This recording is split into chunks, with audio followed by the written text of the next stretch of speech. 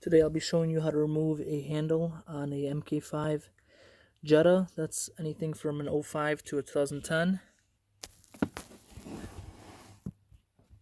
So what you do is you get a flathead screwdriver. You pull this back a bit.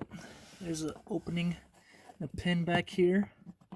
What you do is you stick the screwdriver inside, pry it back and out.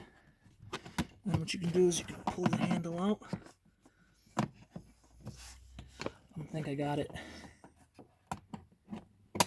There it goes. Once that pops out, you can pop this out.